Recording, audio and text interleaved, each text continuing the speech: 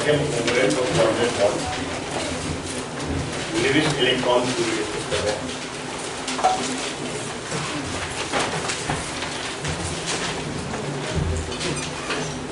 हमने काफी सारे मॉलिक्यूल ट्राई किए और उन सब में हमने कहीं ना कहीं बड़ा ऑक्टेट रूल को स्पेसिफाई किया।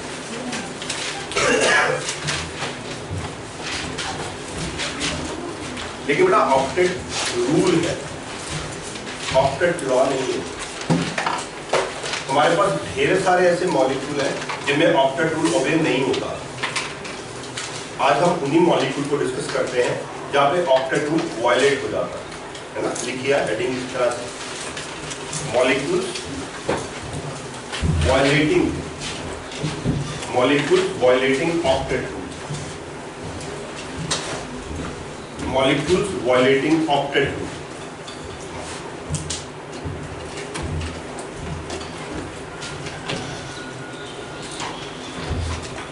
देखो बच्चे, पीरियोडिक टेबल में 4 ब्लॉक होते हैं, S block, P block, D block और एफ ब्लॉक। तो बड़ा जो एस ब्लॉक है ना, एस ब्लॉक कितने वहां पे 15-16 एलिमेंट्स है, बस वही ऑक्टेट रूल ओबे करते हैं। डी ब्लॉक में कभी भी आप ऑक्टेट रूल की बात ही नहीं करेंगे, एफ ब्लॉक में कभी भी आप ऑक्टेट रूल की बात नहीं करेंगे। अब पी ब्लॉक में ऑक्टेट रूल कुछ एलिमेंट्स में वैलिड होता है, बड़े सारे एलिमेंट्स ऐसे हैं जो ऑक्टेट रूल को ओबे नहीं करते। जैसे मान लीजिए पी ब्लॉक जो है उसमें ऊपर आता है कार्बन, नाइट्रोजन, ऑक्सीजन, है ना। बड़ा कार्बन, नाइट्रोजन, ऑक्सीजन, फ्लोरीन, ये जो ऊपर वाले 4 एलिमेंट है ये ऑक्टेट रूल ओबे करते हैं। इन 4 के नीचे वाले जो एलिमेंट्स है वो तो ऑक्टेट रूल की बहुत सारी वायलेशन करते हैं। इसीलिए ऑक्टेट को रूल कहा गया, ऑक्टेट लॉ नहीं कहा गया। There are numerous lot of violations of octet. और ये जो वायलेशन है ना, ये 3 तरह की है। नंबर 1 आप लिखिए इलेक्ट्रॉन डेफिशिएंट मॉलिक्यूल।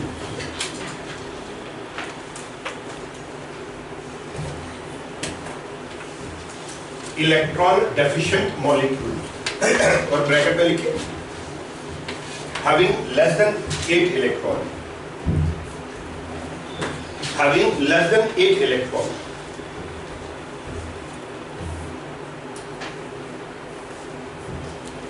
इनको कई बार एक और नाम दिया जाता है, इनको बोला जाता है हाइपोवैलेंट। ये भी आगे नाम लिख सकते हैं, कॉमा हाइपोवैलेंट। हाइपो समझते हैं, नॉर्मल से लेस हो गया, मतलब जो नॉर्मल वैलेंसी से कम वैलेंसी शो कर रहे हैं, हाइपोवैलेंट, जिनके वैलेंस शेल में 8 इलेक्ट्रॉन कंप्लीट नहीं हो पा रहे। देखो बड़ी कॉमन एग्जांपल है बेरिलियम, बोरान और एल्यूमिनियम, इनके सारे कंपाउंड, ये नहीं इनके कंपाउंड। जैसे मैं लिखता हूं BeX2, X आ गया hydrogen, BX3, AlX3, where X is fluorine, chlorine, bromine, iodine, है ना। इवन बोरान का एक कंपाउंड B2H6 लिख देते हैं हम, या इसको BH3 ओल्ड वाइज बोल देते हैं। आप भी नोट करो, ये मैंने जितने मॉलिक्यूल लिखे ना, इनमें एक ऑक्टेट रूल फिल हो रहा है और 8 से कम इलेक्ट्रॉन्स हैं। They are electron deficient, all this molecules are electron deficient.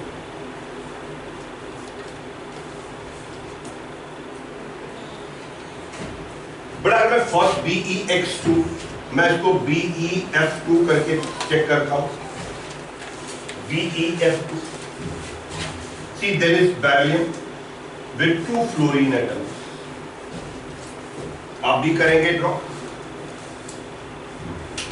Fluorine is 9, beryllium is 4, fluorine is 9, 2 and 7, 2 and 2, again 2 and 7।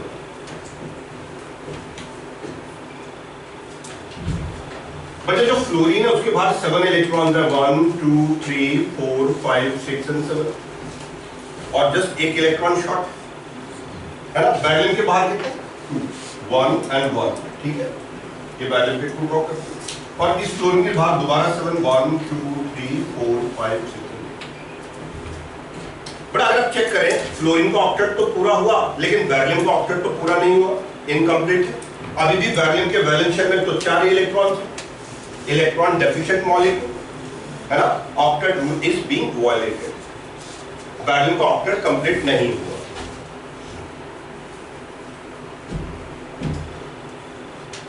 अब ना इसी तरह बोरान या एल्यूमिनियम कोई भी एक ले सकते हैं आप।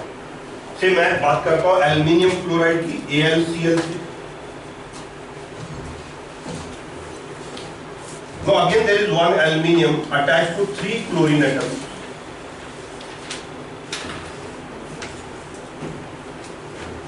और क्लोरीन तो हैलोजन है, और हैलोजन के आउटर मोस्ट शेल में 7 इलेक्ट्रॉन है ना, 287। तो हैलोजन के बाहर में 7 बना लेता हूं पहले electron. It is short of 1 electron. 1, 2, 3, 4, 5, 6 and 7. 1, 2, 3, 4, 5, 6 and 7. और जो एल्यूमिनियम है उसका एटॉमिक नंबर 13 है, इट इज 283। एल्यूमिनियम के आउटर मोस्ट शेल में 3 इलेक्ट्रॉन है और हैलोजन भी 3 है, तो ठीक है, एक एक इलेक्ट्रॉन में हैलोजन के साथ उसका शेयर कर देता हूं। अब आप देखिए एल्यूमिनियम का ऑक्टेट तो पूरा नहीं हुआ, लेकिन क्लोरीन का ऑक्टेट पूरा है ना। क्लोरीन का ऑक्टेट तो पूरा, लेकिन एल्यूमिनियम के आउटर मोस्ट शेल में अभी भी देखिए 6 electron, 2, 4, 6, incomplete octet, less than 8 electrons. So these are some of the molecules which are electron deficient. They have got less than 8 electrons in their valence shell. थोड़ा एक example ये आ गई electron deficient molecule.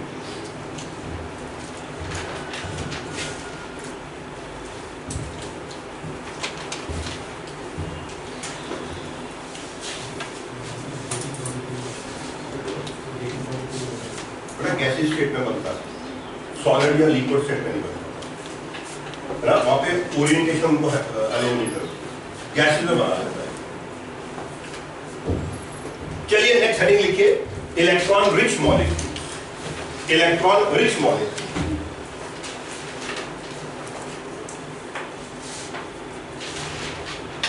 Comma, अब लिखिए have more than 8 electron, have more than 8 electrons. Electron rich molecules having more than 8 electrons. और बड़ा एक और नाम है इनका हाइपरवैलेंट, हाइपरवैलेंट मॉलिक्यूल।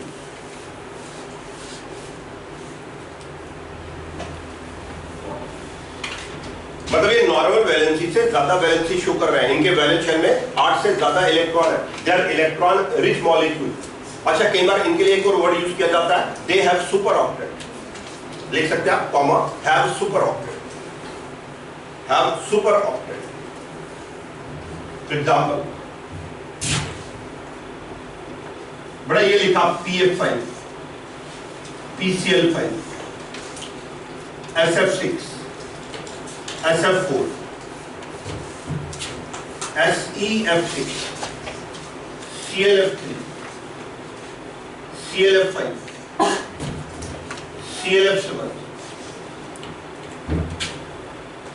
IF7, BRCl3, एक CF2,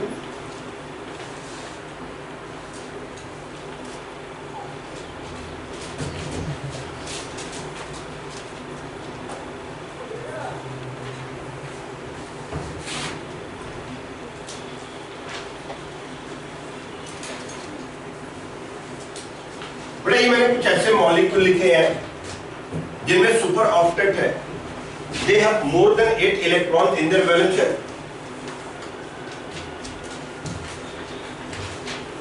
PF5, PCl5, SF6, SF4, SCF6, CLF3, CLF5, CLF7, noble gases के कंपाउंड।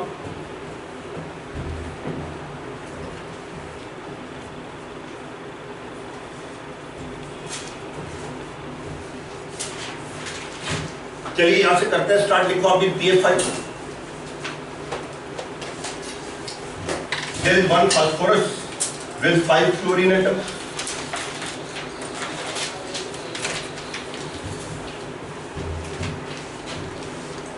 बड़ा फ्लोरीन 5 है और फास्फोरस के वैलेंस शेल में इलेक्ट्रॉन भी 5 है। फास्फोरस का एटॉमिक नंबर 15 होता है और कॉन्फ़िगरेशन 285 है। That is phosphorus. It has got 5 electrons in the outermost shell and there are 5 fluorine. तो 5 बॉन्ड बन जाएंगे ना, ठीक है ना, बना लीजिएगा 5 bond.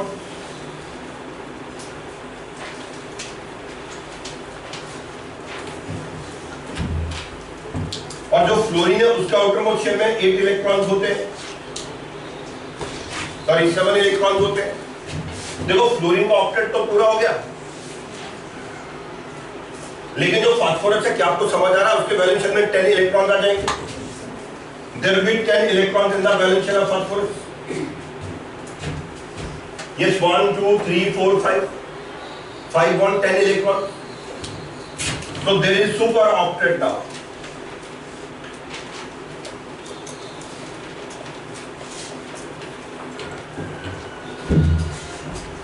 Phosphorus has got 10 valence electron, more than 8 electron in the valence. और इसी तरह नेक्स्ट में देखो सल्फर 6 फ्लोरीन के साथ बॉन्ड बना है, 6 बॉन्ड मतलब 12 इलेक्ट्रॉन हो जाएंगे। सल्फर विद 6 फ्लोरीन, सल्फर का एटॉमिक नंबर 16 होता है 2 8। बोलो बाहर कितने इलेक्ट्रॉन है, बोलो सल्फर के बाहर कितने, 6, और फ्लोरीन भी कितने, वो भी 6 है ना, तो 6 बॉन्ड बन जाएंगे फ्लोरीन के साथ।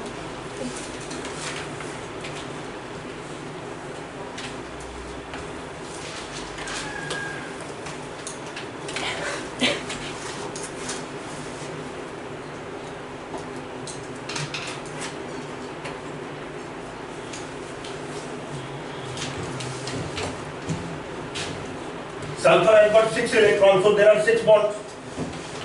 There are 12 valence electrons now.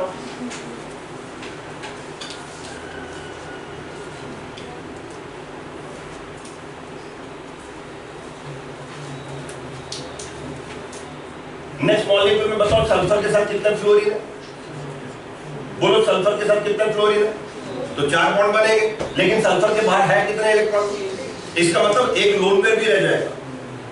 6 electron है ना, 4 इलेक्ट्रॉन बॉन्ड में यूज हो जाएंगे। It will be like this sulphur, ये लोन पेयर और बड़ा ये 4 फ्लोरीन है ना। इट हैज गॉट 6 इलेक्ट्रॉन, तो 4 तो इसने बॉन्ड में यूज कर दिए, तो एक लोन पेयर आ गया।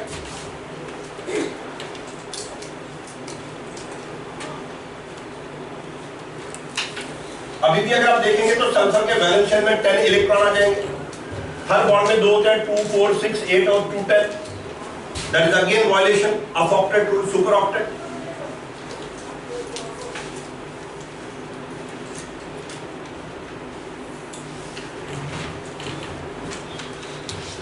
अगर आपने कर लिया ड्रॉ तो ClF3 के बारे में क्या बोलते हो, आप बताओ क्लोरीन के बाहर कितने इलेक्ट्रॉन है, 7, और बॉन्ड कितने बना रहा है, तो 3 इलेक्ट्रॉन बॉन्ड में यूज कर लो, बाकी लोन पेयर में छोड़ दो। करो ड्रॉ जल्दी से। ClF3, chlorine has got 7 electron, 1 2 3 4 5 6 7। बड़ा 3 जो अनपेड है उनके साथ बॉन्ड बना लो।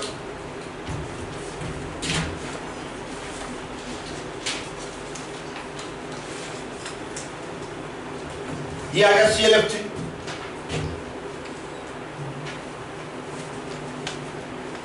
और अगर आप देखेंगे तो क्लोरीन है 2 4 6 8 and 10, it has got 10 valence electron again.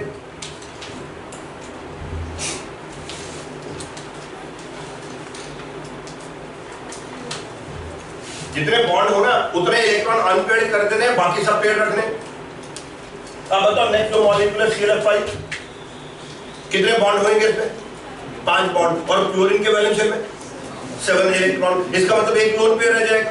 तो ClF5 ऐसे आ जाएगा, Cl एक लोन पेयर बना और बाकी 5 बॉन्ड में यूज कर दो, 1 2 3 4 and 5। 5 बॉन्ड 10 इलेक्ट्रॉन तो वो हो जाएंगे, एक लोन पेयर 12 हो जाएंगे वैलेंस इलेक्ट्रॉन। बाकी फ्लोरीन के पास भी लोन पेयर है, पर सेंट्रल एटम की बात करें अगर, सो देयर आर 2 4 6 8 10 and 2 12। और बताओ ये जो ClF7 है, यहाँ कितने बॉन्ड बन रहे हैं, 7 bond, 7 to the 14 valence electron जाएंगे ClF7 में। क्लोरीन के बाद 7 इलेक्ट्रॉन तो होते ही होते हैं।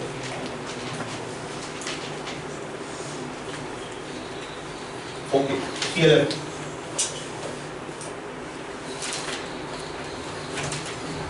तो So there are 14 electrons, super octet.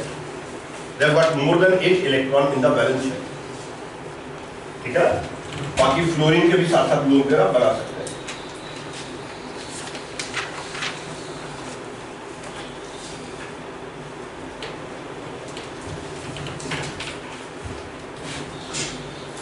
और पूछिए नोबल गैसेस के मॉलिक्यूल, नोबल गैसेस के वैलेंस शेल में तो पहले ही 8 इलेक्ट्रॉन होते हैं, तो अगर वो बॉन्ड बनाएंगे तो ऑक्टेट रूल ऑटोमेटिकली वायलेट होगा.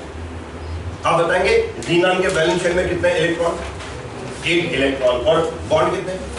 तो 2 इलेक्ट्रॉन अनपेयर कर दो, बॉन्ड बना लो, बाकी 6 जो है वो 3 लोन पेयर की फॉर्म में करो ड्रॉ. XeF2 कैसे बनेगा?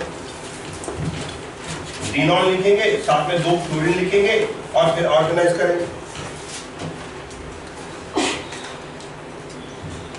तो ज़ीनान के 2 इलेक्ट्रॉन तो चले गए बॉन्ड में फ्लोरीन के साथ, लेकिन इसके बाद क्योंकि 8 होते हैं तो बाकी हम लोन पेयर ड्रॉ करते हैं. ये आ गया ज़ीनॉन डाइफ्लोराइड.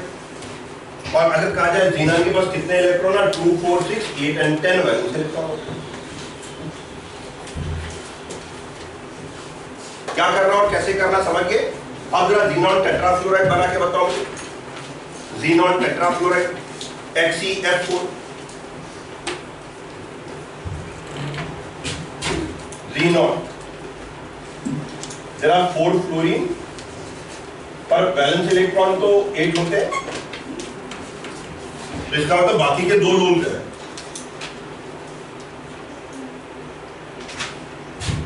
4 इसने बॉन्ड बना दिए XeF4 में, तो 1, 2, 3, 4 इलेक्ट्रॉन यहां यूज हो गए और 4 ही हो रहे. Xenon tetrafluoride.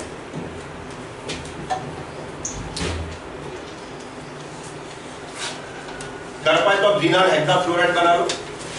XeF6 चलना चाहिए आपका पेन.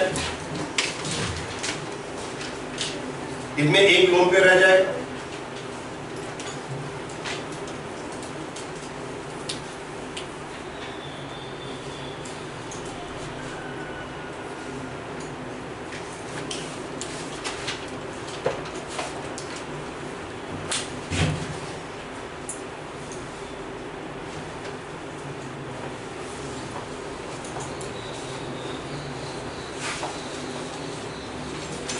XeF6 6 बॉन्ड हो गए और 2 इलेक्ट्रॉन एक लोन पेयर.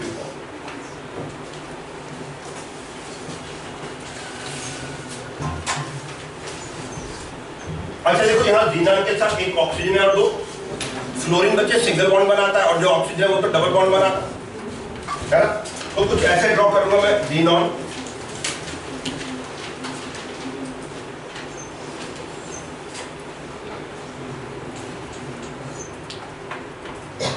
ये मैंने XeOF4 बना दिया बच्चे.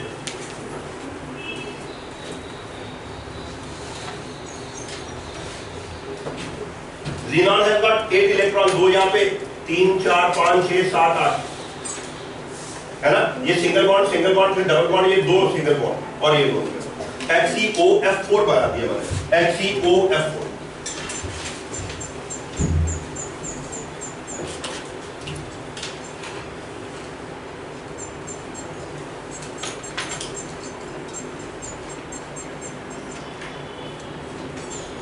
और कोई आप एक बना सकते हैं, ये कर लीजिए. XeO3 बना लीजिए. Xenon trioxide.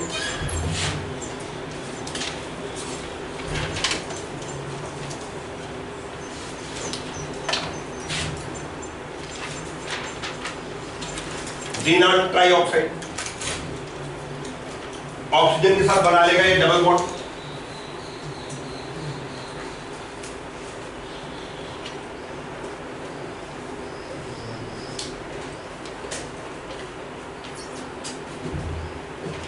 XeO3 आ गया.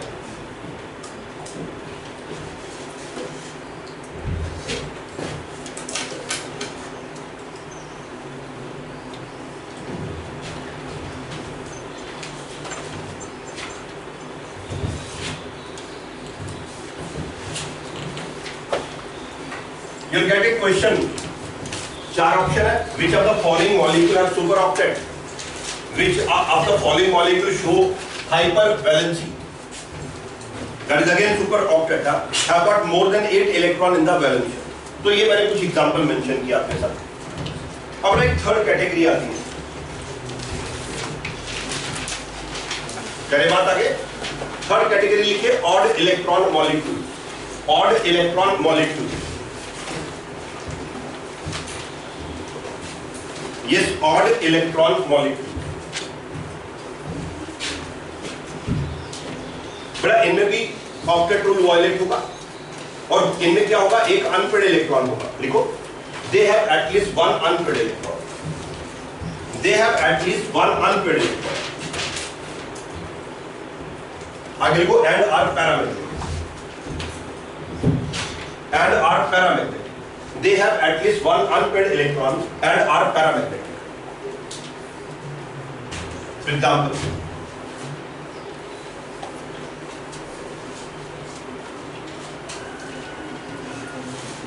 ये मैंने 3 इंपॉर्टेंट मॉलिक्यूल लिखे। One is NO nitric oxide, one is NO2 nitrogen dioxide, next is ClO2 chlorine dioxide. चलिए हम ट्राई करते हैं पहले NO, आप करो try. NO nitric oxide,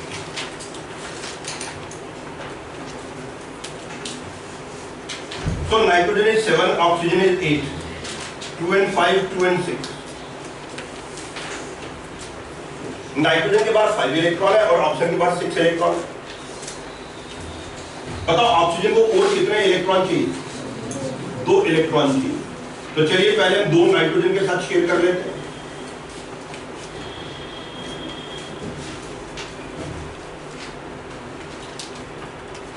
oxygen का ऑक्टेट तो पूरा हो गया, लेकिन देखो नाइट्रोजन का ऑक्टेट तो पूरा नहीं हुआ। नाइट्रोजन अब 2, 4, 6 and 1, 7 इलेक्ट्रॉन। ओके, तो इलेक्ट्रॉन डेफिशिएंट मॉलिक्यूल में भी आता है और ये एक अनपेड इलेक्ट्रॉन है ना, और इस अनपेड इलेक्ट्रॉन की वजह से पैरामैग्नेटिक है। तो this molecule have an unpaid electron and it is paramagnetic. अच्छा, बड़ा इनऑर्गेनिक केमिस्ट्री में आगे हम बात करते हैं। इसका जो अनपेड इलेक्ट्रॉन है ना, वो फ्री नहीं होता, वो भी बॉन्ड में चला जाता है। हम कहते हैं ये जो इलेक्ट्रॉन है ये इस बॉन्ड में आ गया। देखना, यहां एक ना स्पेशल बॉन्ड इमेजिन किया जाता है। Just see, exceptional molecule, it is believed कि इसका जो अनपेड इलेक्ट्रॉन है वो फ्री नहीं है और बॉन्डेड स्टेट में है, और एक नया बॉन्ड यहाँ इमेजिन किया जाता है, इसे बोलते हैं 3 इलेक्ट्रॉन बॉन्ड। बड़ा 2 स्पेशल बॉन्ड हम कहीं केमिस्ट्री में पढ़ते हैं। एक आता है 3 इलेक्ट्रॉन बॉन्ड, वो इस मॉलिक्यूल में, और एक आता है बनाना बॉन्ड, वो डाइबोरेन में लिखा जाता है B12, है ना। This molecule is presumed to have a special bond which is called 3 electron bond. सुनना बड़ा, अगर एक बॉन्ड में 3 इलेक्ट्रॉन होंगे, एक क्लॉकवाइज, एक एंटी क्लॉकवाइज और तीसरा नहीं, तो इसका मतलब 2 इलेक्ट्रॉन पेयर, एक तो अनपेड तो रहेगा ना। इसका जो अनपेड इलेक्ट्रॉन है वो फ्री नहीं है, वो बॉन्डेड है। आप कहेंगे ऐसा क्यों माना आपने? बड़ा एक्चुअल में अनपेड इलेक्ट्रॉन अगर फ्री हो ना, फ्री, तो फिर वो मॉलिक्यूल कलर्ड भी होता है।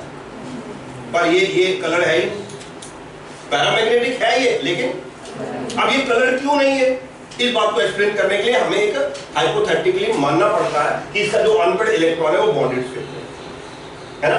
आप लिख सकते हैं, this molecule is presumed to have a 3 electron bond. This molecule is presumed to have a 3 electron bond.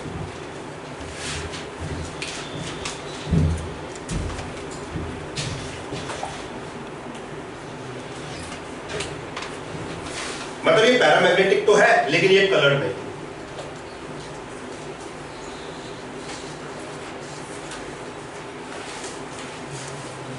और ये सॉफ्टवेयर रूल को तो वायलेट कर ही रहा है। अब उसके बाद NO2 है, हो गया NO and O।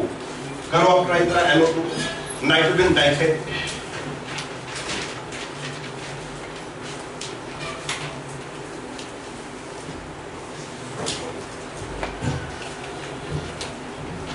Oxygen is 8, nitrogen is 7, oxygen is 8, 2 and 6, 2 and 5, 2 and 6।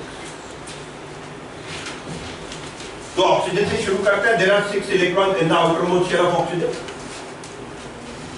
And it is short of 2 electron. Nitrogen has got 5, 1, 2, 3, 4 and 5। तो ये ऑक्सीजन का ऑक्टेट पूरा होगा।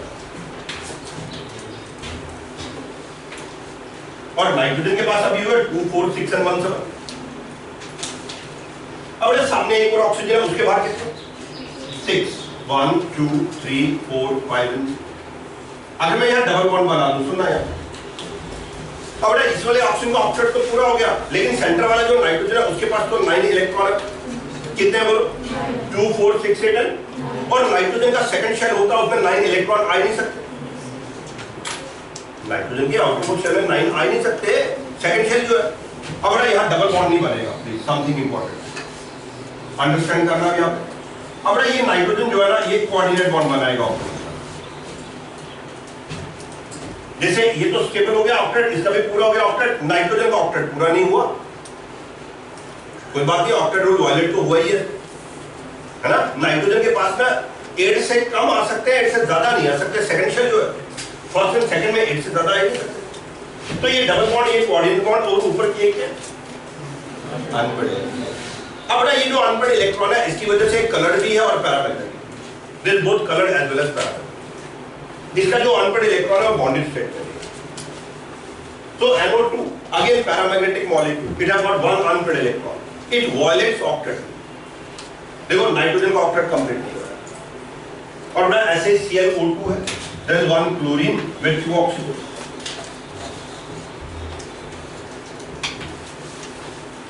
ऑक्सीजन तो डबल बॉन्ड बनाता है।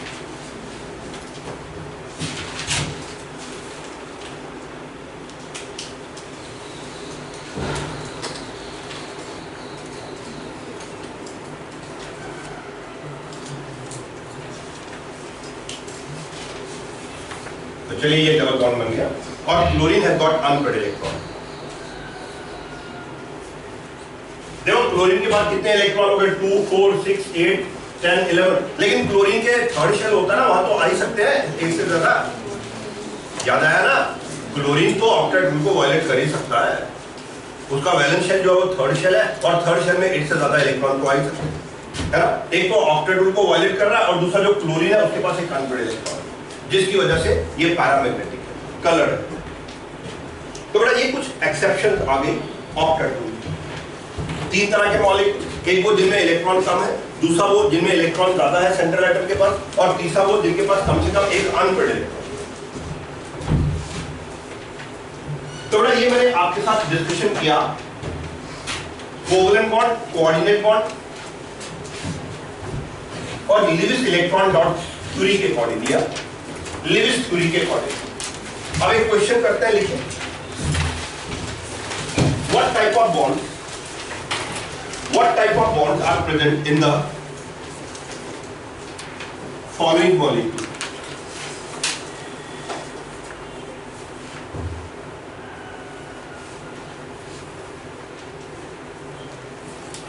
What type of bonds are present in the following molecule?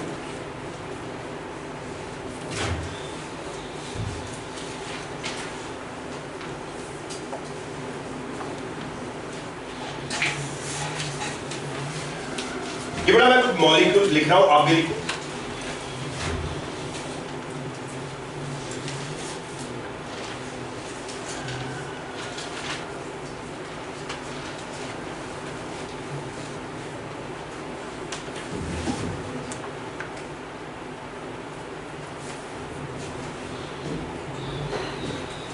बड़ा हमें बताना ये जो मॉलिक्यूल है इनमें कौन से बॉन्ड्स प्रेजेंट है। What type of bonds are present in the following molecule.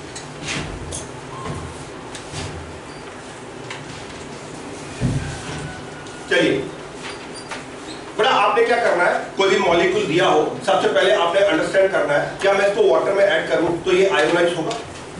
बता जो फर्स्ट मॉलिक्यूल है, अगर मैं इसको वाटर में ऐड करूं तो क्या बनाएगा ये। तो देखो 2 आयन्स है, इसमें 2 एटम्स है, दोनों सेपरेट कर दिए ना, पोटेशियम अलग ब्रोमाइड। अब आप बताओ पॉजिटिव और नेगेटिव आयन के बीच में कौन सा बॉन्ड होगा। Ionic bond, electrovalent bond. तो इसके आगे आप लिखेंगे electrovalent bond. Sodium cyanide, sodium mercury. बोलो फर्स्ट समझ आया आयनिक बॉन्ड। अच्छा जो सेकंड एटम है ना, सेकंड मॉलिक्यूल, उसमें बेटा 3 एटम है। फर्स्ट में तो दो ही थे, सेकंड में बोलो कौन कौन से तीन? Sodium, carbon and nitrogen. अगर मैं इसको वाटर में ऐड करूं तो आप क्या बोलते हैं? सोडियम आयन तो अलग हो गया प्लस साइनाइड आयन। अब ना साइनाइड का स्ट्रक्चर भी आपको पता होना चाहिए, हमने HCl का स्ट्रक्चर ड्रॉ किया था क्लास। बोलो आया समझ? अब बोलो सोडियम आयन और साइनाइड आयन पॉजिटिव नेगेटिव के बीच में आयनिक, और साइनाइड कार्बन नाइट्रोजन के बीच में, तो आप कहेंगे इसमें तो तीन तरह के, दो तरह के बॉन्ड है, आयनिक बॉन्ड भी और कोवलेंट बॉन्ड। तीन कोवलेंट बॉन्ड है और एक आयनिक बॉन्ड है, तो इसके आगे आप लिखेंगे electrovalent plus covalent. It has got two types of bond, electrovalent and covalent. It has two type of bonds, electrovalent and covalent. ठीक है। नेक्स्ट कंपाउंड का नाम है कैल्शियम कार्बाइड। बड़ा इसको भी अगर मैं वाटर में ऐड करूं तो ये एक कैल्शियम आयन बनाता है और दूसरा ये कार्बाइड आयन बनाता है।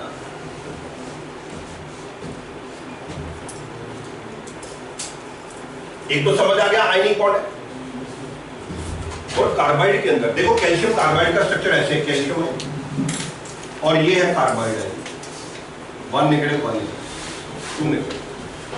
हाँ ये 2 नेगेटिव है 2 पॉजिटिव, बताओ पॉजिटिव नेगेटिव के बीच में, और कार्बाइड के अपने अंदर है ना, तो इसके अंदर भी आयनिक बॉन्ड भी आ गया और कोवलेंट बॉन्ड। जो कार्बाइड आयन है उसका स्ट्रक्चर ऐसे हो गया, कार्बन कार्बन कार्बन, आगे मैं इसको 2 नेगेटिव ऐसे लिखता हूं,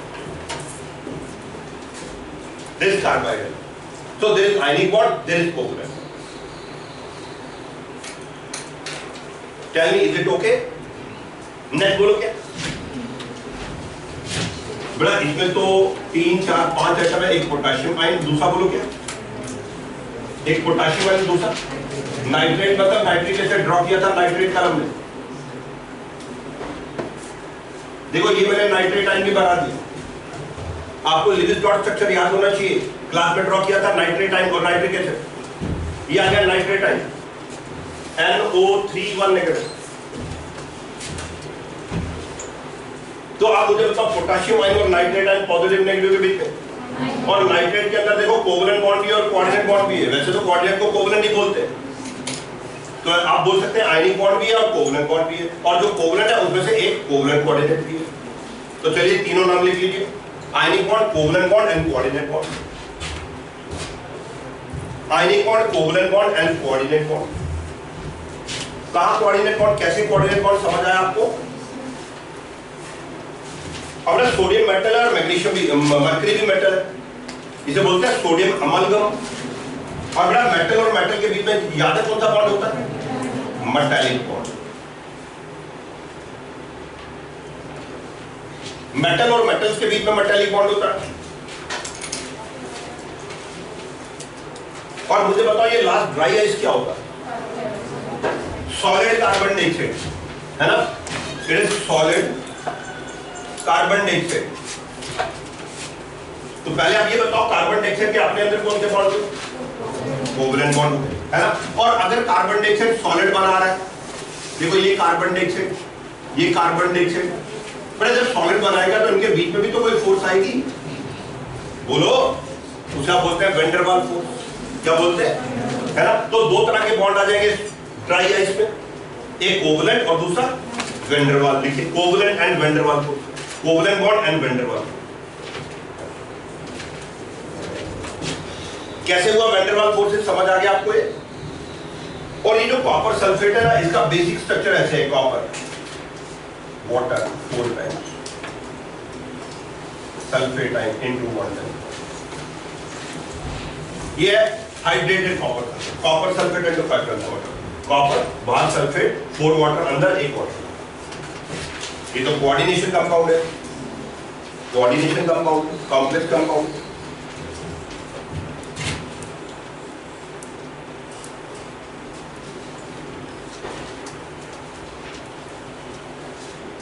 देखो कॉपर के साथ एक कोऑर्डिनेट बॉन्ड बना है, याद है कुछ लिगेंड जो होता है कॉपर के साथ, मेटल के साथ। देखो लिगेंड कॉपर आगे सेंटर, कॉपर आगे सेंटर में, कॉपर के साथ कितने वाटर है? वाटर देख रहा है, ऐसे है वाटर, ऐसे ये वाटर। और मुझे बताओ वाटर का जो ऑक्सीजन है वो लोन में डोनेट कर सकता है ना, ये कोऑर्डिनेट बॉन्ड बन रहा है, यहां भी आ गया।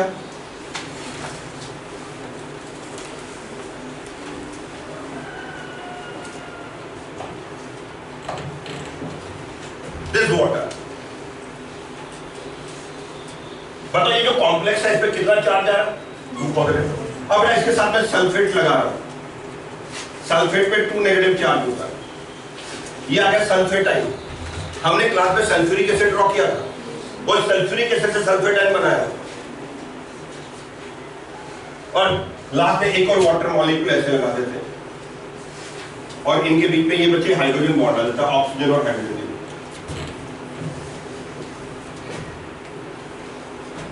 चलो आप काउंट करके बताओ, कॉपर के साथ कितने कोवैलेंट बॉन्ड दिख रहे हैं? 4 दिख रहे हैं, है ना। वाटर के अपने अंदर 2 कोवैलेंट बॉन्ड है और कॉपर आयन और सल्फेट आयन के बीच में आयनिक बॉन्ड है ना। सल्फेट के अपने अंदर कोवैलेंट बॉन्ड, वाटर और सल्फेट के बीच में, तो इसमें तो 4 तरह के बॉन्ड आ रहे हैं। आयनिक बॉन्ड भी है, कोवैलेंट बॉन्ड भी है, कोऑर्डिनेट बॉन्ड भी है और हाइड्रोजन बॉन्ड भी है। तो covalent bond, ionic bond, coordinate bond and hydrogen bond. बोलो हाइड्रोजन बॉन्ड भी समझ आया आपको?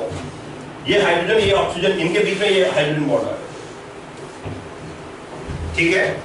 वाटर और कॉपर आयन के बीच में कोऑर्डिनेट बॉन्ड है, वाटर के अपने अंदर कोवैलेंट बॉन्ड है, सल्फेट के अंदर भी कोवैलेंट बॉन्ड है, वाटर के अंदर भी कोवैलेंट बॉन्ड है, वाटर और सल्फेट के बीच में हाइड्रोजन। ओके